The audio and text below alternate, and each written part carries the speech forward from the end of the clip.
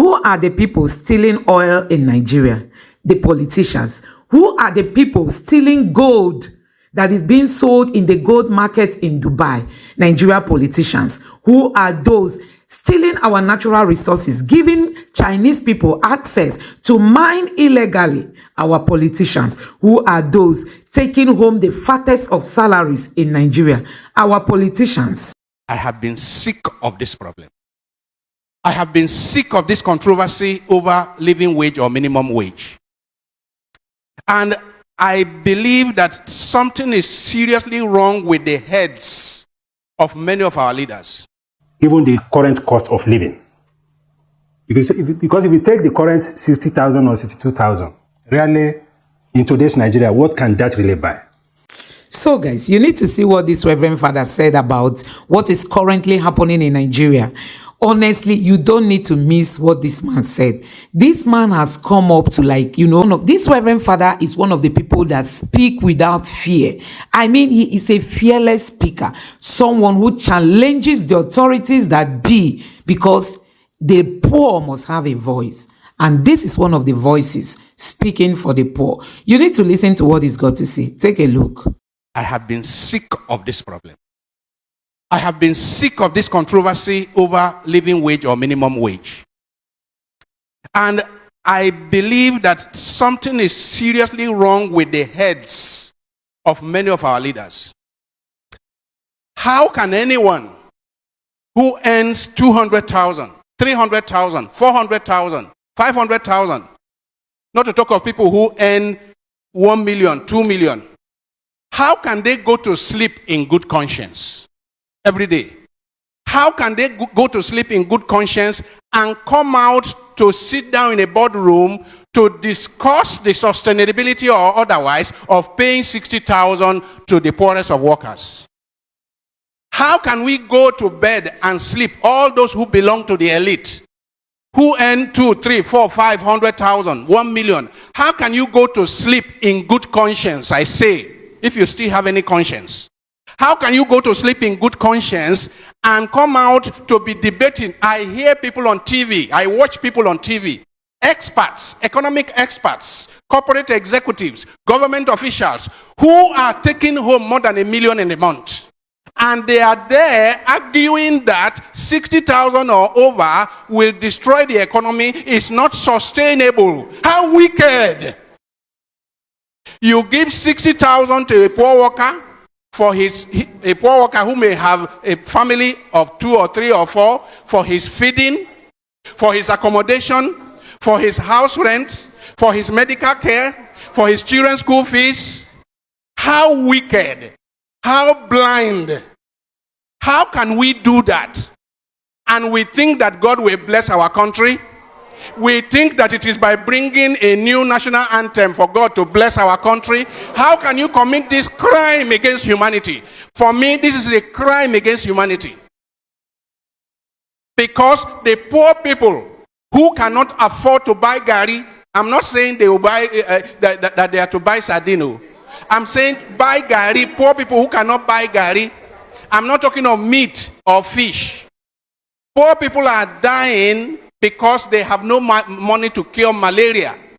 How can you go to sleep in good conscience? Those of us who belong to the elite, how can we go to sleep with good conscience and we are debating and we are discussing and we vote 500 million naira to meet and debate about paying 60,000 to the poor? My dear friends, I see this as a new form of apartheid. Nigeria is one of the most unequal societies in the entire world. A society where it's like the animal farm. A society where we have conspicuously rich people, people who are living in conspicuous consumption, and others who are in deplorable, dehumanizing poverty. If you have somebody in this country that takes home 1 million naira, I mean 1 million, I'm not talking of 30 million naira, 1 million naira in the month, and he can open his mouth to be part of a discussion about the poor getting 60,000 naira. I say anyone who earns up to 1 million naira in the month should keep his or her mouth shut when he hears them debating about taking 60,000 for the poor. More than 60 years after independence, we are running an apartheid society. This time it's not racial apartheid, it's economic apartheid. We are running an apartheid society of people of conspicuous consumption, flying in private jets around at government expense, people who are riding 4, 5, 6, 7 SUVs with pilot vehicles, chasing the poor out of the road, and poor people, you are debating, you are discussing, you are over 60,000 for the poor. You insult the poor by saying 30,000, and later you say 48,000, and now you say 60,000, and you pay more than 60,000, you come out with 62,000. You insult poor Nigerians. I say there is hardly any society I know that is as divided as the Nigerian society. And a society that is so divided is just sitting on a keg of gunpowder. I have warned here before that the revenge of the poor is at the corner. The revenge of the poor is at the corner. I am not calling for it, but it will happen as night follows the day. Because when you so reduce people, you reduce people to this dehumanizing level. Nature does not allow a situation of islands of affluence amidst a sea of poverty. Nature does not allow it. And let me warn those in the elite. Let me warn those in the tripartite committee of government.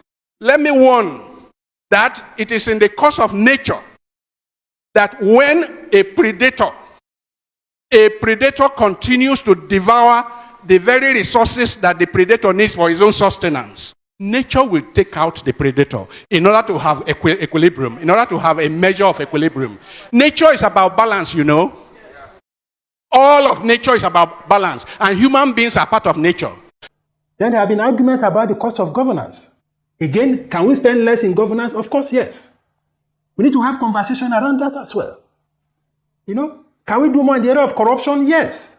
We need to have conversation around that. So that is why I'm saying that it's a rather complicated matter. And a whole lot of things need to go together. And in the area of the private sector, for many SMEs, even small business owners, some of them are making losses. Some of them are struggling to even pay their staff as we speak. Because of the challenges of the economy, the cost of things, the resistance from consumers, weak purchasing power, high energy costs, and so many other high cost of logistics. So this is also taking a toll on businesses, especially the small businesses. So this is the dilemma that we are faced with. Okay, Dr. And in the circumstances, then both parties will have to also, understand the reality that we are faced with. Okay, Dr. Yusuf. The federal government has said 100% increase. It's a fair deal. I guess that's why they've not gone beyond 62,000 naira. Labour is refusing. Labour says we face the risk of another general strike. What do you think will be a fair deal, given all these scenarios that you have painted? Sacking people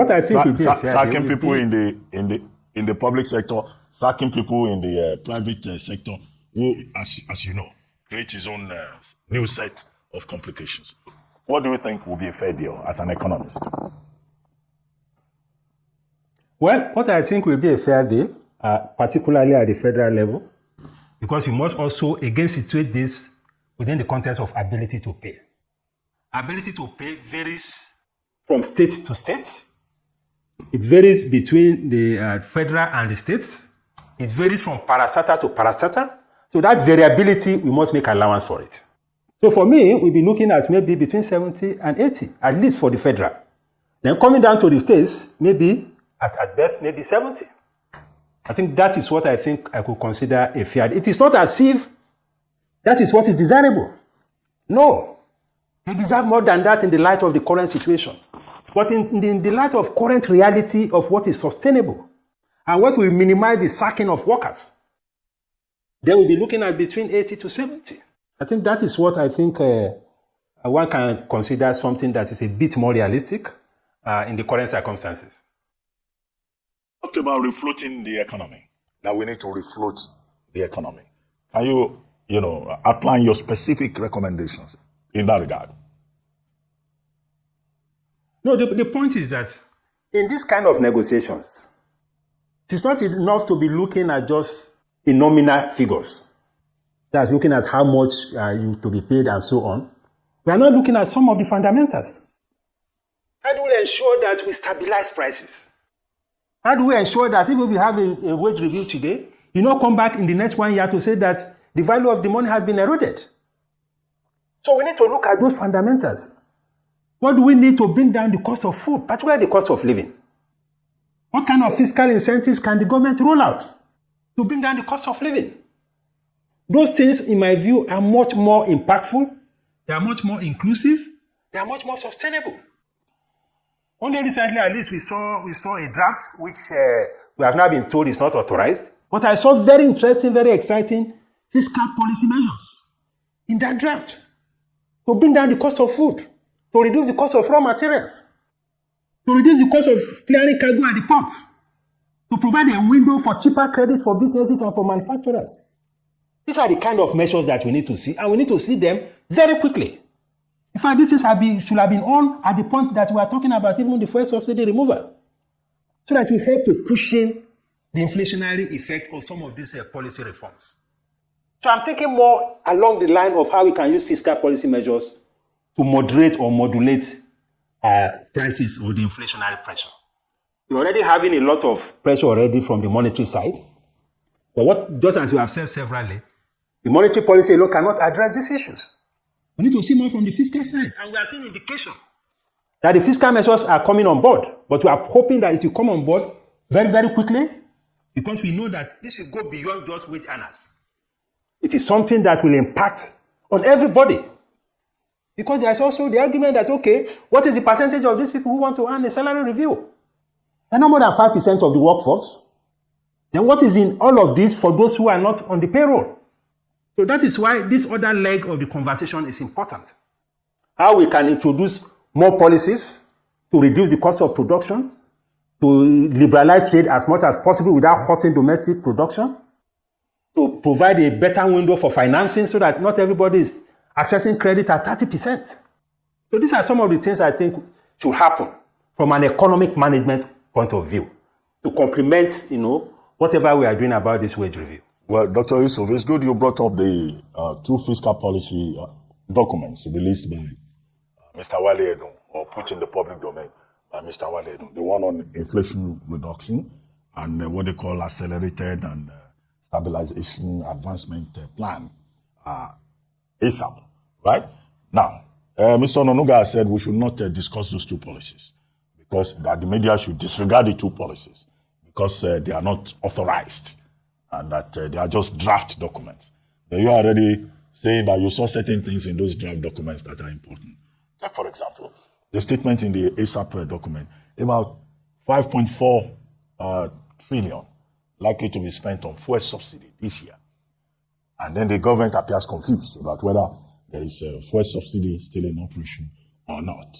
Now, from a policy-making perspective, what do you make of this, back and forth between different departments of government? A document is released, they say it's not authorized.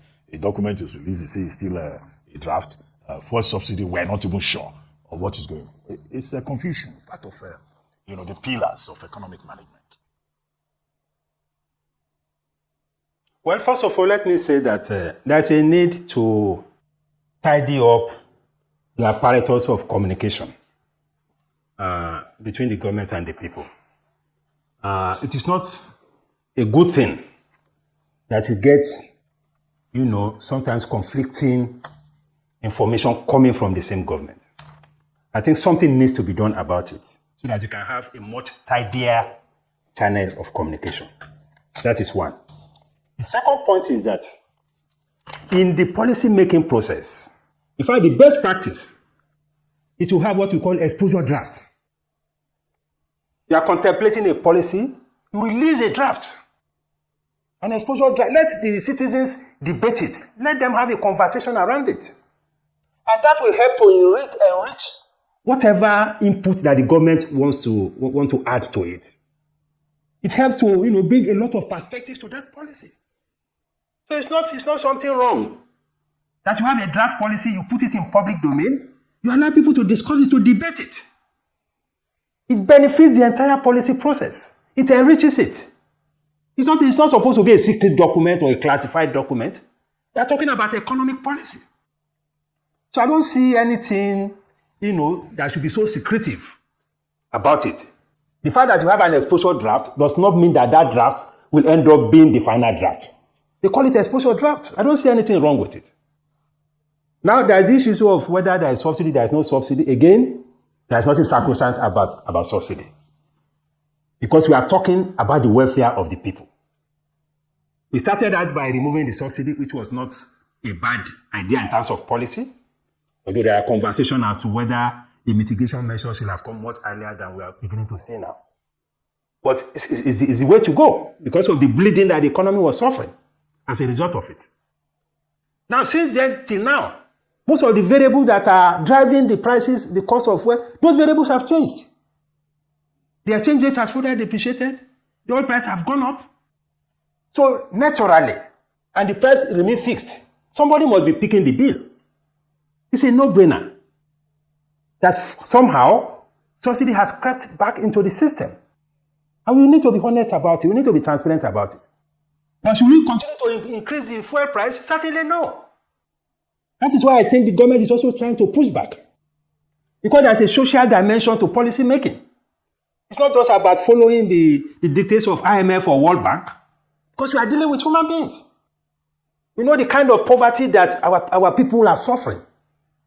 And you want the president to now go now and remove whatever is left of the subsidy? These are things that we need to properly interrogate and situate within the context of our own social and economic conditions. So that is what I think should be the situation. I believe that government is, providing some subsidy. That is why the price of fuel had not gone up between, at least within the last 6 months to 1 year, significantly. And I'm hoping that by the time you have domestic refining coming on stream, the situation will gradually reverse. That is my hope. Okay. But I am in agreement with the social consideration that has gone into the pricing of PMS, which is why the price has been static, and which is why perhaps this subsidy element has crept into it. Well, I think we should not have any apologies about that. Okay, Dr. Yusuf, let me go back to where we started from, the new national minimum wage argument and all of that. You've talked about capacity to pay. You've talked about sustainability. But one other issue that has been brought up in this conversation is about productivity. That unless we address the challenge of productivity within this economy, just talking about wage indexation, will not take us far. I mean, Labour is saying, well, FAC allocation used to be 700 billion naira for the states. Now it is 1.2 trillion. And that, if they can just cut fat, then the states should be able to pay. But how about productivity? Many of these states are not centers of production. They're just centers of consumption. How do we address productivity to create wealth in a sustainable manner in this economy? Well, I think it's like a catch-22 situation. You cannot have productivity if you don't create an environment for productivity. Productivity is a function of the quality of manpower. That is investment in education, the right kind of education. And that is not only just about paying salaries, it's also about putting the structures in place to deliver quality education. It's a question of the structural environment. What kind of structural environment have we created for those who want to go into production? Producing in this economy today is a nightmare because of these structural impediments. And you need funding to be able to provide those things. You either get it from your domestic sources of funding, or you go and borrow to be able to do it, or you get the private sector to provide it. These are the options. If you don't have power, you don't have good logistics, it is extremely very difficult to have an economy that is productive. Generally, I believe that we have a very, enterprising population. We have the entrepreneurs. We may have some issues around manpower and things like that. But we need to provide all these other complementary things in order to ensure an environment that is productive. If you spend almost 80% of your resources paying salaries of civil servants, how are you going to create the environment to ensure productivity? How are you going to invest in road infrastructure? How are you going to invest in technology? How are you going to invest in energy development and so on and so forth? So that's why I say it's a catch-22 situation. We need to balance it, but ensuring productivity requires a lot of investment, particularly from the government. It's the government that will create that environment, then the private sector can now latch onto it to be able to deliver products efficiently and competitively. That is the way it works in many other clients. Many governments spend a lot on R&D, for instance, research and development. You don't leave it to just the private sector. The government provides a lot of investment in innovation. So guys, all this Labour Congress, whatever with the presidency is just getting out of hand. These people up to today, they don't have any resolution. They don't have any conclusion. They've not even come up with any reasonable amount of money they want to be paying the workers in Nigeria. And as it stands now, it appears the Labour Congress is playing, is playing politics with the lives of their members. I mean, people are not happy. Even when they cut off the strike, people were wondering, why did they stop the strike? Why? You've not gotten what you needed. You just call off the strike.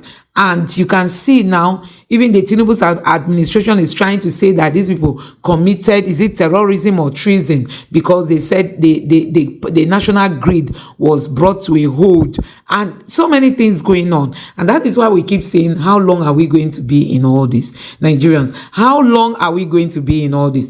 Tinubu once said, now statistics will chop. Now he has started chopping statistics, and he can see that it is not easy to chop statistics. So a whole lot is going on in this country. And the funniest part is that this government is so redundant. This government does not think. This government is not creative. They can't even come up with ideas on how to generate more revenue for the country. They are not even doing any of those. They are only depending on the money oil gives to them. Look at the gold in the north. Nobody is harnessing that. Look at all the natural resources we have. Nobody is harnessing that, because it is the same politicians that will still, steal these natural resources and still take them out of the country and make their money there, together with the amount of money that they are receiving as salary, and the ordinary man is meant to weep and to groan. Anyway, let me know what you think about this in the comment section below. Please don't forget to subscribe to the channel and turn on the notification bell. Thank you.